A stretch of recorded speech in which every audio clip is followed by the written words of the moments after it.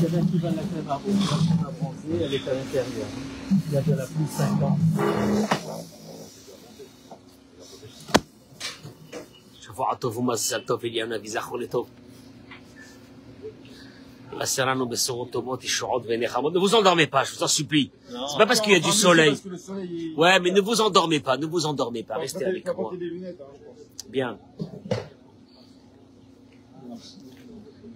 Olivier, décide-toi à quelle place tu veux te mettre, mais mets-toi quelque part. Mais amen, mets-toi quelque part. Baruch Hashem, Olivier, il a la bar mitzvah de son fils cette semaine. Blainara, quel garçon. Quelle famille, ah oui. Olivier. Baruch Hashem. Ah, Baruch Hashem, Toda Rabba Kadosh Baruch Hu. On envoie un peu de soleil à nos amis dans le monde. Baruch Hashem, Kadosh Baruch Hu. Excusez-nous qu'on va bronzer aujourd'hui. On va bronzer pour vous. Ezrat Hashem. On vous envoie ce soleil, cette lumière d'Akadosh Baruch Hu dans notre pays. Amen Keni Ratzon, Shavua Tov ou Mazal Tov, lundi matin. Vous savez, je voudrais vous dire une chose. Le thème du cours d'aujourd'hui,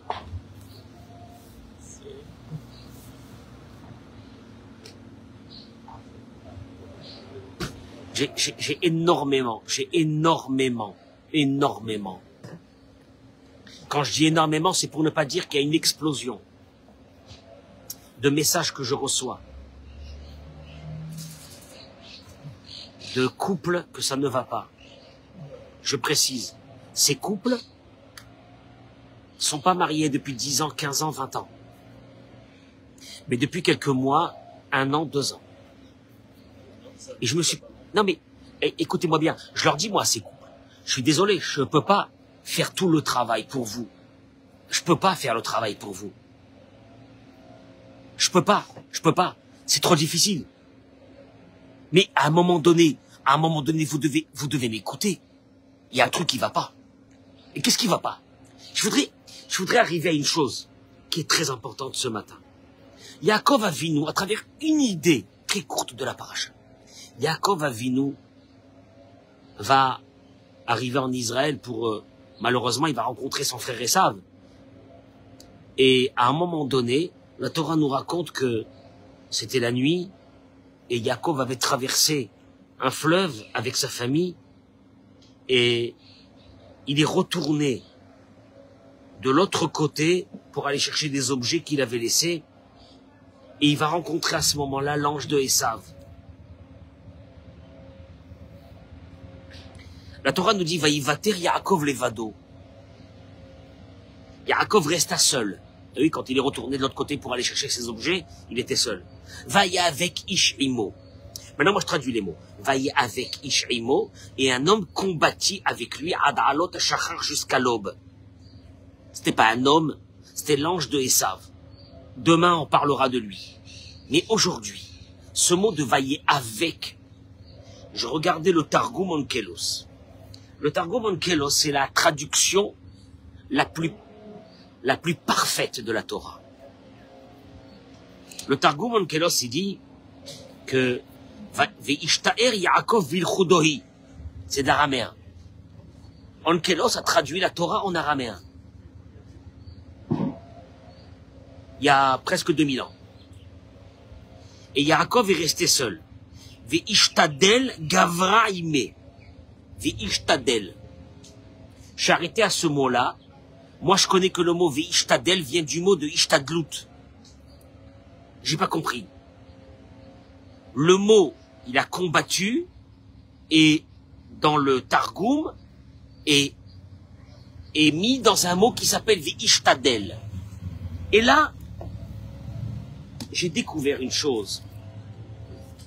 C'est que la Mishnah dans Pirkei Avot, elle dit Bemakom she'en anashim, dans un endroit où il n'y a pas de qui apprendre. Yishtadel liot ish. Moi toujours, Ishtadel, ça veut dire, le mot Ishtadel, ça veut dire fais des efforts d'être un homme. Si je traduis les mots. Dans un endroit où il n'y a pas d'homme, fais des efforts pour être un homme. Mais le Rambam, le Maïmonide dans Pirouche à Mishnayot, il dit, Rinyan Hishtadel, c'est quoi le mot de Hishtadel? C'est pas fait des efforts. Hargel nafshecha umshoch ota likniyat ha'ma'alot. Apprends à ton âme à se battre contre ses faiblesses. Le mot Hishtadel n'est pas des efforts, c'est se battre. Oui, d'ailleurs, le Targum Onkelos, quand il a dit que Yaakov s'est battu avec un ange, il a appelé ce mot Hishtadel. Ce mot de Hishtadel, tu le retrouves dans la Mishnah. Quand il n'y a pas d'homme, quand il n'y a pas de qui apprendre, quand tu es dans une société, où les gens ils sont à la ramasse. Alors, bats-toi pour essayer de devenir un homme. Et d'ailleurs, le Maïmonide dit, Vaya avec Ishimo. Il ramène les paroles de la paracha de cette semaine. Un homme s'est battu avec Yaakov, il ramène les mots du Targum, Ve'eshtadel gavra ime. Le mot de Hishtadlut, ici, il y a une connotation dans ce mot de Hishtadlut, c'est pas de faire... Nous, on connaît que quand il y a le bitachon, il y a la Hishtadlut, de faire des efforts. Non, il dit le Maïmonide. Hishtadel liot ish, bats-toi pour devenir un homme. Travaille-toi. Parle-toi. Analyse-toi. Est-ce que tu es quelqu'un de bien ou non? Bats-toi avec tes instincts. Le Rav Uri Weisselbaum, le Mashgiach de la Yeshiva Nachalat Advim, il dit, nous apprenons que de ce Rambam, que le mot Hishtadlut, c'est pas comme on a l'habitude de dire faire des efforts. Un Rambam, il dit que Kedelik not kinyanim ruchanim, pour acquérir des acquisitions de construction d'un être humain, Darush ma'avak metzido shel adam. Écoute-moi bien. Tu te bats pas, tu resteras seul. Et si tu es avec des personnes, ces personnes souffriront de toi. Parce que tu te bats pas. Tu te laisses aller. Et le Maïmonide, il dit que pour acquérir des acquisitions personnelles pour devenir quelqu'un de normal, de bien, Darush ma'avak metzido shel adam. Il est demandé à l'être humain de se battre. Beitzro, contre ses instincts, Betivro, contre sa nature, ou Be'ergelo, et contre ses habitudes. Ou Maniflaim d'Ivra Rambam. Et regarde, il te dit mieux que ça. Regarde combien le Rambam avait donné des lettres de noblesse. Bemakom Shen Ish, dans un endroit où les êtres humains, où les hommes, où les femmes ne sont plus des hommes, et les femmes ne sont plus des femmes, Ishtadel Liot Ish. Bats-toi. Ishtadel, c'est pas essaye. C'est pas fait des efforts. Bats-toi pour devenir un homme. Qui c'est qui peut avoir le nom d'homme? Qui c'est qui peut avoir le nom de femme? C'est seulement ces êtres humains qui se sont battus. Allez, tu peux dire tout ce que tu veux. Tu peux dire tout ce que tu veux.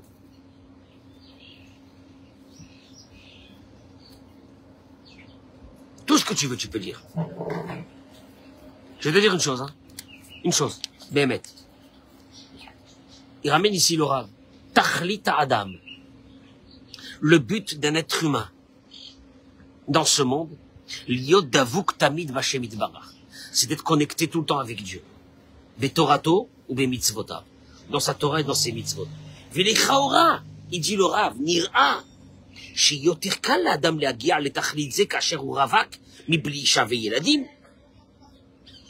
L'idée aurait été que si vraiment pour être connecté avec Dieu, il nous faut du temps, il nous faut de la... pour étudier la Torah, etc. L'idéal, ça aurait été qu'on soit pas marié. Sans enfants, sans parnassa, sans femme. Enfin, voyons, tu as vu combien ils nous prennent de temps dans la journée? Mince. Hervé, qu'on reste... David, célibataire. On aurait pu penser que peut-être la volonté de Dieu, c'est qu'on reste célibataire. Pourquoi? Car grâce à cette... Simon, grâce à ce temps qu'on a, on n'a pas d'enfant, on n'a pas de femme, on n'a rien, on peut accomplir justement cette approche d'être proche de Dieu. D'ailleurs, la Gemara dit, Anose Isha, la Gemara dit, ça c'est pour nous les hommes, celui qui se marie avec une femme, Rechaim Atzavaru, il a mis un joug. Un joug, c'est ce qu'on mettait sur le bœuf pour tirer la charrette. Il a mis un joug sur lui. Alors pourquoi faire? Achloken empene advarim. Et malheureusement, vous voyez que c'est pas ce que Dieu y veut. Parce que la Torah envoie, on voit que dans la Torah que Dieu a puni Nadav Va'avihu, les enfants de Aaron, qui étaient des grands tzadikim, parce qu'ils ne se sont pas mariés. La Gemara ramène que Cheskiyahu HaMelech, un jour le prophète est venu pour lui dire tu vas mourir. Il a dit pourquoi? Il a dit parce que tu t'es pas marié. Et t'as pas eu d'enfant. J'ai pas compris. J'ai pas compris. Si Dieu il veut qu'on soit connecté à lui, l'idéal ça aurait été que quoi? Qu'on reste célibataire. Dis-moi, le mariage nous prend 90% de notre vie. Et la femme, les enfants, les faire grandir, les marier, etc. Alors, si on n'est pas marié, on n'a pas rempli la mission. Ah ben alors il te dit, et Cheskiyahu HaMelech, il a dit, je veux pas me marier. Nadav Va'avihu, ils étaient des grands tzadikim, ils ont dit, on veut pas se marier. On est très bien. Et là, il dit une chose. La vraie question, elle est, pourquoi Dieu nous a demandé de nous marier? Maintenant, tu poses cette question-là à ces jeunes-là, ils savent pas, ils sont pas au courant. Non, mais on se marie, parce qu'il faut qu'on se marie. On se marie parce qu'il faut qu'on ait des enfants. C'est même pas des réponses.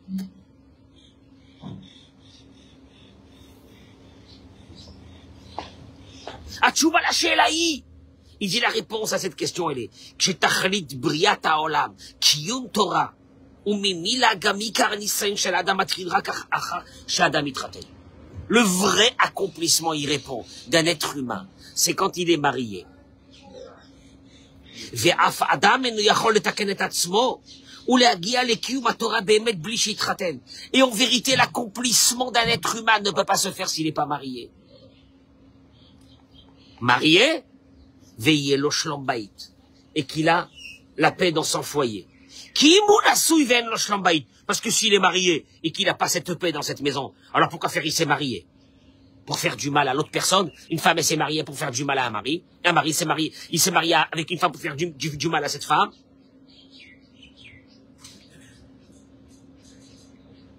Donc ce qui est demandé à un être humain, c'est deux choses. Se marier et qu'il y ait la paix. Et s'il n'y a pas ça, il n'y a pas la Torah, il n'y a pas les mitzvot, il n'y a rien. Oh, ça veut dire quoi? Et il dit comme ça. Il dit comme ça. Kol ma shetikun adam, sovev saviv ha'inyan she shlom bayit. Pourquoi le tikkun de l'homme? Pourquoi un homme va devenir un homme et une femme, elle va devenir une femme accomplie? Accomplie. Accomplie, ça veut dire équilibrée. Va venir dans le shalom de la maison. Pourquoi? Mipnei sherak shlom bayit hu hamoded ha'amiti lada'at im ha'adam tiken ma shetzarich letaken. Car le seul curseur qui nous démontrera que tu es devenu quelqu'un d'équilibré, c'est à travers si tu as la paix dans ta maison ou non. Je n'ai pas compris. Pas compris. Oui, il te dit oui. Ou bien, il a encore des choses à arranger.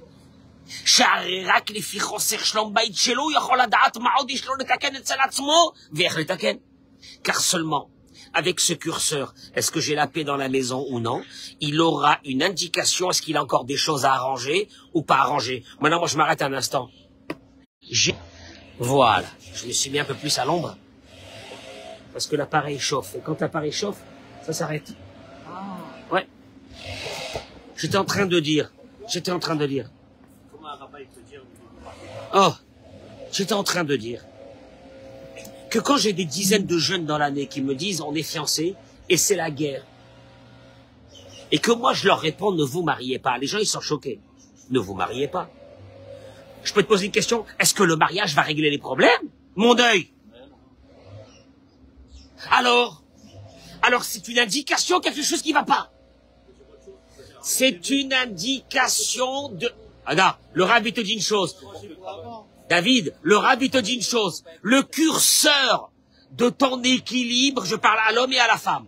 Le curseur de ton équilibre, c'est est-ce qu'il y a la paix dans ton foyer ou non. S'il n'y a pas la paix dans ton foyer, c'est qu'il y a un déséquilibre. Ne te marie pas. Et je dis aux jeunes, mais les garçons, les filles, si vous vous disputez alors que vous êtes fiancés et que c'est la guerre, ne vous mariez pas, il y a un problème. Mais ce problème ne s'arrangera pas avec le mariage, il empirera. S'il y a un enfant, si la femme elle est enceinte, ça va être encore pire. Alors on fait quoi?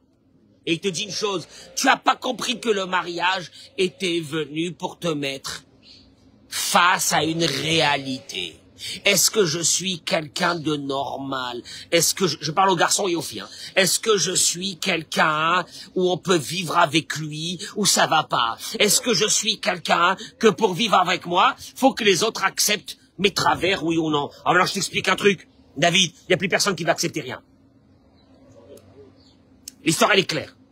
Les filles n'ont plus de force d'accepter des garçons qui sont déséquilibrés, et les garçons n'ont plus de force d'accepter des filles ou des femmes qui sont déséquilibrées. Point. Alors, on se marie pas. Oui, mais Rabbi, on a fixé la date du mariage. Redéfixe. Je sais pas comment on dit en français. Annule. Décale là. Annule, décale, mets-toi, pose-toi, recommence tout depuis le début. Qu'est-ce qu'on fait pour que déjà quand on est fiancé, déjà on arrive à un état normal et là on peut envisager un mariage. Je le dis, hein, mesdames et messieurs, faites attention à ça, ne mariez pas vos enfants s'il y a des grosses bagarres déjà avant. Ça ne sert à rien. Ouais. Alors David il est choqué. Mais amen que tu sois choqué. Amen que tu sois choqué. Ah.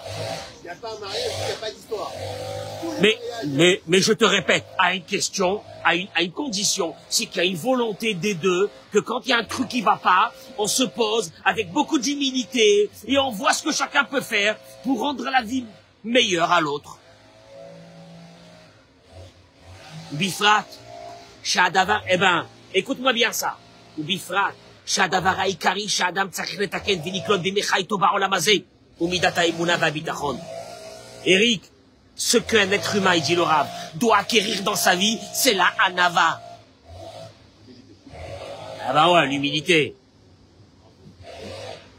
Parce qu'il te dit, et d'acquérir cette humilité.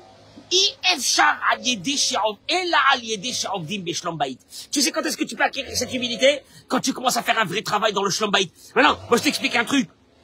Je peux pas le faire sans être marié? Apparemment non. La confrontation quotidienne avec quelqu'un qui te ressemble pas, je dis ça aux hommes et aux femmes, devrait t'amener à comprendre qu'il y a un truc qui va pas. Il y a un truc qui va pas. Et il y a des hommes et des femmes qui s'entêtent que même s'il y a des trucs qui vont pas, on restera ensemble. Non! On reste ensemble, mais on se met à travailler. Pas on reste ensemble et on bouge pas.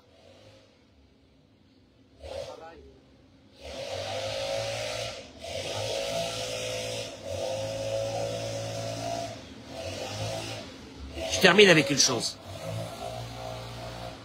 Vous pensez que c'est facile? Vous pensez que c'est facile?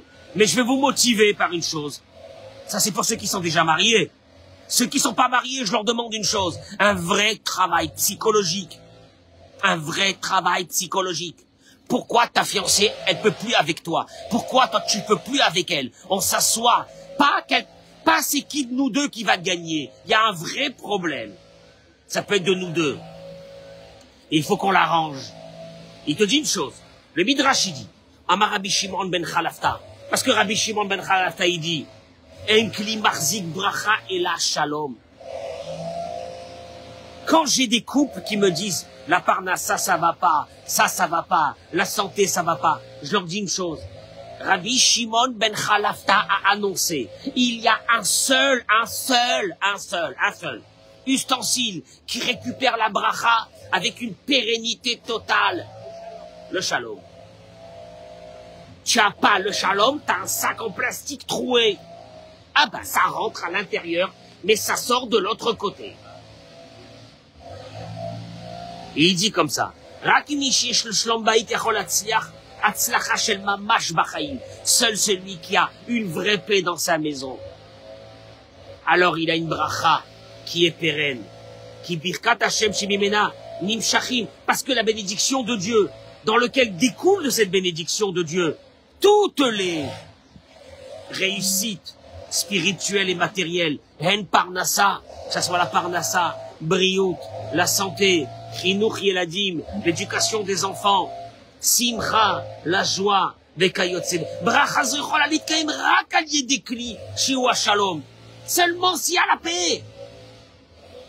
Midazo she shalom, matrila bechak, bebeto shel adam. La paix, elle ne commence et elle ne se termine que dans le foyer dans lequel la personne elle vit. Est-ce que quelqu'un qui vit avec la personne la plus proche de lui, qui est son mari, qui est sa femme, peut dire qu'il vit dans la paix? Est-ce que quelqu'un peut avoir un indicateur plus grand que celui qui est son mari et sa femme? Le mari et la femme? Si un homme ne ressent pas que sa femme c'est sa moitié, la moitié de son âme, la moitié de son corps, alors il y a un truc qui va pas. Si la femme ne ressent pas que son mari c'est la moitié de son corps, il y a un truc qui va pas. Ils ont pas réussi, ils ont rien réussi. Ils sont mariés mais ils ont rien réussi. C'est des colocataires mais ils ont rien réussi. Si le mari n'est pas à la maison les soirs, si le mari traîne avec ses copains jusqu'à 1h, 2h, 3h du matin, il va jouer, il n'est pas marié. Si une femme, elle est dans des rêves, elle a rien compris qu'est-ce que c'est un foyer, elle pense qu'un foyer c'est que pour prendre et rien donner. Ils appellent ça marié aujourd'hui. Il te dit, pourquoi je vous dis ça? Parce qu'il y a certaines personnes qui diront, je suis désolé, moi je vis en paix avec tout le monde. Ah, moi j'ai des amis partout. Ah, moi je suis bien vu partout. Ah, moi je suis admiré partout. C'est seulement chez moi à la maison que ça va pas. Et ils diront mieux que ça encore, il dit le Rav, que si, dehors, à l'extérieur, tout le monde me voit bien, et tout le monde m'apprécie, m'aime bien, et qu'à la maison, on m'apprécie pas, et on me dénigre, c'est que la personne qui est à la maison là-bas, qui me dénigre, c'est elle qui a un problème. Il dit une chose. Ça démontre une schizophrénie énorme. Tu sais laquelle, David? C'est que, il dit le Rav, que la conscience d'un être humain aurait été que quoi? Qu'avec la personne qui vit le plus, la personne qui est la plus proche, c'est sa femme, c'est son mari. Il aurait dû rendre heureux, il aurait dû rendre heureuse la personne avec qui elle ou il vit. Parce que tous les autres que tu adores, ils font pas 1/1000 de ce que celui qui vit avec toi, il fait pour toi. Si c'est ton mari ou si c'est ta femme. Non. Et il termine le Rav et il dit, et tu sais pourquoi à l'extérieur, tu es très bien avec tout le monde? Parce qu'à l'extérieur, tu es très agréable, tu es très avenant, tu es respectueux, tu es gentil, tu es patient. Même quand il y a quelque chose qui te contrarie, tu le dis pas. Et même quand tu le dis avec des mots très mignons et très jolis. Parce que quoi? Parce que l'entourage qui est à l'extérieur de la maison est très important pour toi. Donc tu fais attention comment tu parles. Et à la maison, avec la personne qui est aussi proche qu'un mari, qu'une femme, il n'y a pas ça. À la maison, c'est la guerre. Nitsa, Shadam Shen Elo Shlom Bayit. Donc, une personne qu'à la maison ça va pas, il peut pas s'enorgueillir qu'à l'extérieur ça va très bien. C'est juste qu'à la maison ça va pas. Qu'ils aient marré, parce que ça montre une chose, que pas seulement qu'il veut pas acquérir en lui ce travail de shlom bayit, de paix, pas seulement qu'il veut pas acquérir ça. Tu sais qu'est-ce qu'il fait? Pas seulement qu'il veut pas acquérir ça, mais autre chose. Ça démontre ça démontre combien qu'il est hypocrite. C'est qu'à l'extérieur, il est très bien avec tout le monde. Moi, je te pose une vraie question. Est-ce que le même fonctionnement que tu as dehors, tu as à l'intérieur de la maison? Moi, je dis ça aux hommes et aux femmes. J'ai dit des fois, j'ai vu des femmes parler avec leur mari très mal.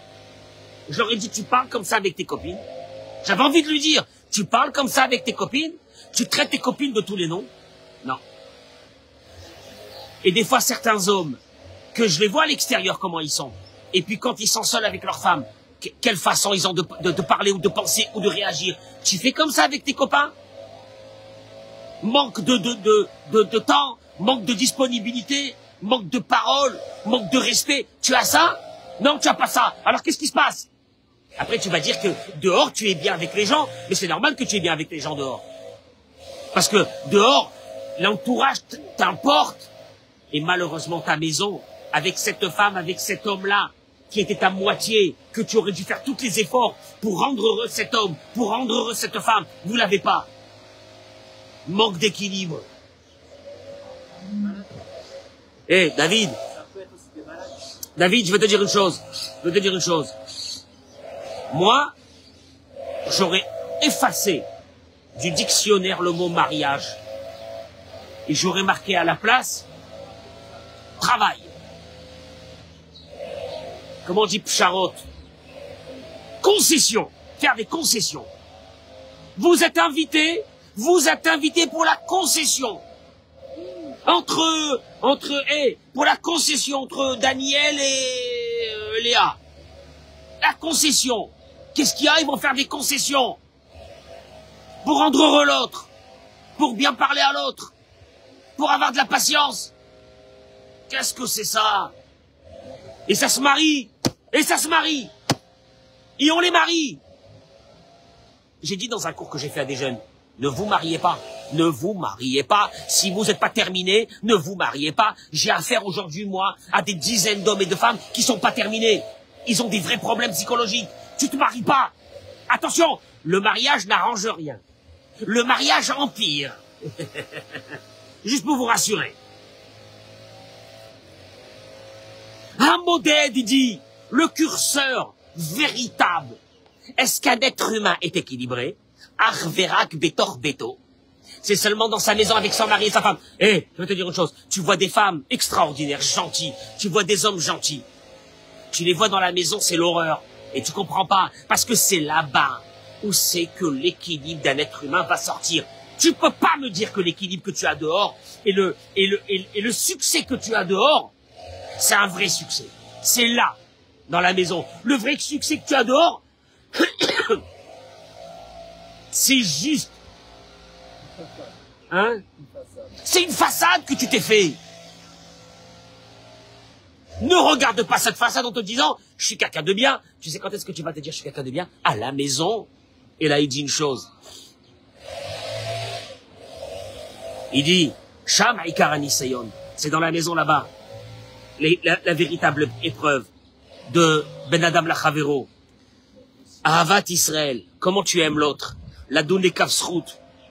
De trouver des circonstances atténuantes sur l'autre. Les Hargish et Hacheni. De sentir quand l'autre il va pas bien. De sentir le mal-être de l'autre. Les Havin, de comprendre. Les Hakshiv, d'écouter. Les Sameach, de réjouir l'autre. L'Olé Haïr, pas simplement de critiquer. L'Olé Vazot, de ne pas faire honte. La Darat Lishtok, savoir se taire. Les Havir à la Midot, de laisser passer. L'Imchol, de pardonner. Ah oui, eh ben oui.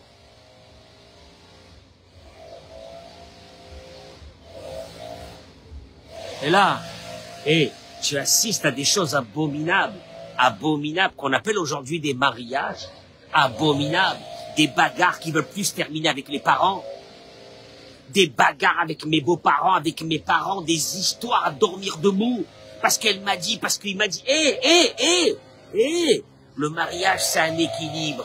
Le mariage, c'est savoir se taire. Le mariage, c'est de savoir tempérer. Le mariage, c'est de savoir respecter l'autre. Le mariage, c'est que l'autre, il doit se sentir bien dans ce couple, sinon c'est pas un couple. Le mariage, c'est que ça. Le mariage, c'est le temps que tu donnes. C'est l'amour que tu donnes.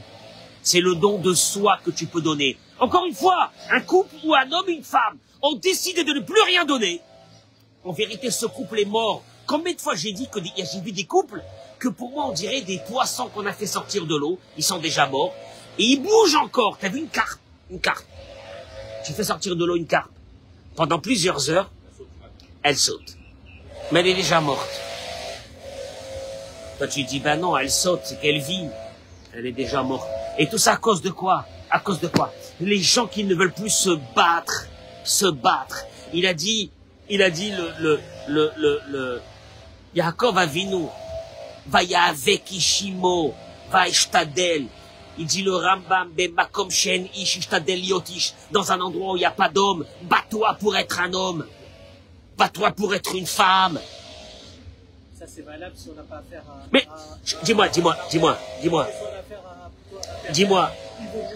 David, je peux te dire une chose. Quand déjà tu vois dans un fiançailles, quand tu vois déjà quand un garçon et une fille sont fiancés, ça va pas, c'est la guerre. Tu vas les marier.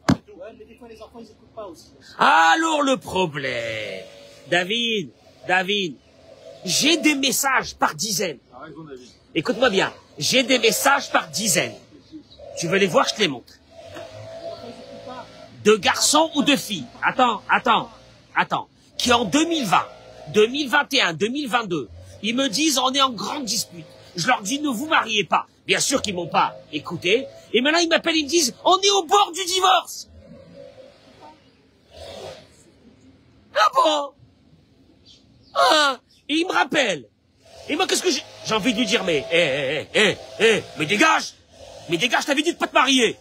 Je t'avais dit de faire un travail, toi et lui, et après vous mariez. Je vous ai pas dit que vous vous mariez pas. Ad vitam aeternam. Mais faites un travail. Ils ont rien fait. Ils comprennent pas qu'un mariage, c'est du travail. C'est rien d'autre que du travail. Et je répète, je supplie les déséquilibrés qui ne veulent pas changer dans leur vie parce qu'ils sont sûrs qu'ils sont bien, je les supplie de ne pas se marier. Pour ne pas faire du mal à l'humanité.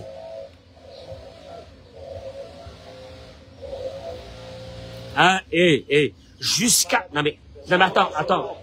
Hervé, jusqu'à quand on va souffrir avec des malades mentaux? Jusqu'à quand on va souffrir avec des gens qui ils veulent se marier et ils amènent des enfants alors que ça va pas du tout dans leur tête? Je pose une vraie question. Tu m'entends ou non? Mastomeret. Le mariage, j'efface le mot mariage. Georges, je mets à la place. Vous êtes invité pour le travail et les concessions de David et Anaël, admettons. Voilà, c'est tout. J'enlève le mot mariage. Travail et concession. Équilibre. Parce qu'il dit le Rav, le seul curseur de l'équilibre, c'est s'il y a le shalom à la maison ou non. Et là, tu sauras si les deux personnes qui vivent ensemble sont équilibrées ou non. Aïe. Vous avez des problèmes, c'est pas grave, ça s'arrange. Vous avez des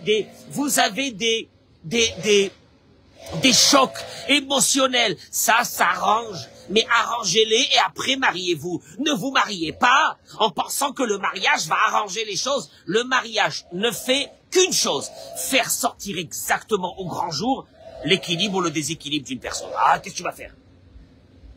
C'est dur, c'est très dur. Et quand il y a des bébés, et vous mettez des bébés au monde, et vous mettez des bébés qui sont en train de souffrir dans une maison où ils entendent des cris, des hurlements, de la violence.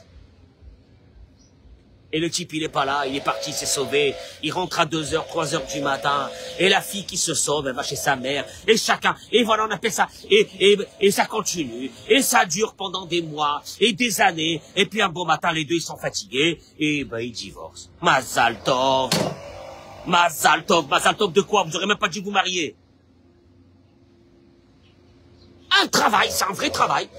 J'ai pas dit que c'est facile tous les jours. Nous-mêmes, c'est pas facile tous les jours. Nous-mêmes, on se bat tous les jours sur nous-mêmes. Mais encore une fois, il dit le Rav, le mariage peut réussir s'il y a une anava extraordinaire. De se regarder et de se dire, il y a des choses qui vont pas. Et je vais les arranger. Et pas, il y a des choses qui vont pas chez l'autre. Laisse l'autre tranquille. Toi, tu arranges tes problèmes et l'autre, il arrange ses problèmes. En principe, ça devrait marcher pour une vie entière. Mais quand il y a un des deux, Wallo, ou les deux, à l'ouest, C'est pas des mariages. D'abord, c'est pas des mariages. Ne me dites pas que vous êtes mariés. Des fois, je vois des gens qui viennent, ils me disent on va divorcer. J'ai envie de leur dire, mais est-ce que même vous avez été mariés un jour? Vous n'avez pas été mariés, vous avez vécu ensemble, mais vous n'êtes pas mariés. Un mariage c'est quand? Un mariage, c'est quand tu arrives à ce que chacun aide l'autre. Chacun s'équilibre soi-même et il aide l'autre. Et les deux, ils sont avec une même énergie de s'équilibrer.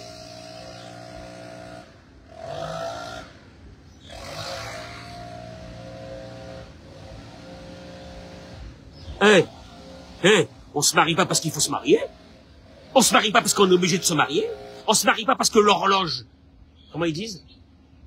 L'horloge, elle, elle avance. On se marie pas pour ça. Mastomé. On se marie pas pour mettre un enfant au monde. Surtout si tu es déséquilibré. Qu'est-ce qui va sortir de cet enfant? On se marie pour être heureux. Attention, le bonheur, il vient quand on travaille. Le bonheur, quand il y a deux personnes qui veulent travailler, ça marche. Je peux vous dire que j'y crois au mariage. C'est pas je vous décourage de vous marier, j'y crois au mariage. Mais il y a des conditions. Mais tu te maries pas comme ça. On se retrouve nous aujourd'hui avec un balagan. Combien de messages, combien de garçons et de filles qui me disent au secours, on va mourir, on n'en peut plus, on va mourir. Et moi, c'est quoi ça? C'est quoi ça? Et combien, David, et combien de ces personnes-là, je retrouve dans l'historique des messages, qui me disaient, on est fiancés, on se dispute. Et moi, je leur avais dit dans les messages, j'ai les messages, ne vous mariez pas. On remet tout à plat. On va apprendre à s'arranger. On va commencer. On va faire un travail, nous deux. Ne vous mariez pas! Et comme d'habitude, personne ne m'écoute. Et donc maintenant, on me rappelle. Là, on est au bord du divorce. Ça a duré 2 ans. Avec un bébé, avec des bébés, des mamans.